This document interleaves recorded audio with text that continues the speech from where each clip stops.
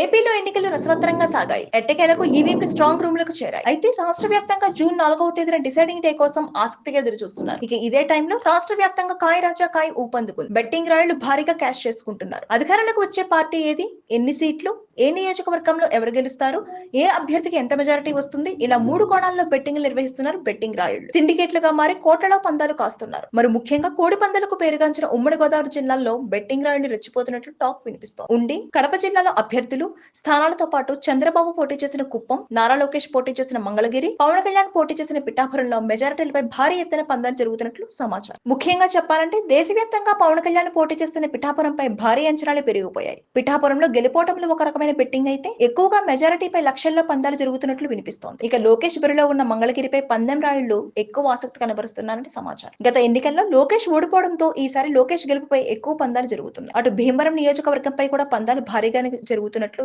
తెలుస్తోంది. జనసేన తరపున పులవర్తి రామాంజనేయులు, వైసీపీ నుంచి గ్రంథి శ్రీనివాసుల మధ్య మెజారిటీపై పందాలు నడుస్తుంది. 20,000 మెజారిటీ వస్తుందని ఒకరిపై మరొకరు బెట్టింగ్ వేస్తున్నారు. అటు కడప జిల్లాలోనూ సీట్లు మెజారిటీలపై జోరుగా బెట్టింగ్ నడుస్తోంది. ఇక ఈసారి ఉండి నియోజకవర్గం అన్ని రకాలుగా హాట్ సీట్ గా మారింది. ఉండి నుంచి టీడీపీ అభ్యర్థిగా ఈసారి రఘురామకృష్ణరాజు పోటీ చేస్తుండటంతో హైప్ క్రియేట్ అయింది. టీడీపీ రెబల్ అభ్యర్థిగా మాజీ ఎమ్మెల్యే శివరామరాజు, వైసీపీ అభ్యర్థి పివిఎల్ నరసింహరాజు బరిలో ఉండడంతో ఇక్కడ త్రిముఖ పోటీ నెలకొంది. దీంతో ఉండిలో ఆసక్తికరమైన బెట్టింగ్ జరుగుతోంది. మరీ ముఖ్యంగా ఇండిపెండెంట్ శివరామరాజుపై పందాలు భారీగా వేస్తున్నట్లు సమాచారం. నరసాపురం ఎంపీ అభ్యర్థి శ్రీనివాస వర్మ, వైసీపీ క్యాండిడేట్ ఉమాబాల గెలుపోటములపైన భారీగా బెట్టింగ్ కాస్తున్నారని తెలుస్తోంది. అటు దెందులూరు అభ్యర్థుల మెజారిటీ పైన కూడా బెట్టింగ్ రాయుళ్లు పందాలు వేస్తున్నారని పేర్కొంటున్నారు. ప్రభుత్వం ఏర్పాటు చేసే పార్టీపై 1:5 చొప్పున అంటే లక్షకు 5 లక్షల రూపాయలు బెట్టింగ్ పెడుతున్నారని రాష్ట్ర వ్యాప్తంగా టాక్ వినిపిస్తోంది. చోటా నేతలు, కొందరు వ్యాపారులు మధ్యవర్తుల అవతారం ఇస్తారని సమాచారం. 1-5% కమిషన్ డిమాండ్ చేస్తున్నట్లు చర్చ జరుగుతోంది. సినీ, రాజకీయ, వ్యాపార రంగాల వారితో పాటు ప్రైవేట్ ఉద్యోగులు, యువకులు, చిరు వ్యాపారులు 50,000 నుంచి ₹1,00,00,000 వరకు పందెం కాస్తున్నట్లు చెబుతున్నారు. రాష్ట్రంలో కొత్తగా ఏర్పాటయ్యే ప్రభుత్వం పైన ఎక్కువ పందాలు జరుగుతున్నాయని పేర్కొంటున్నారు. Please subscribe Pragna Media. Please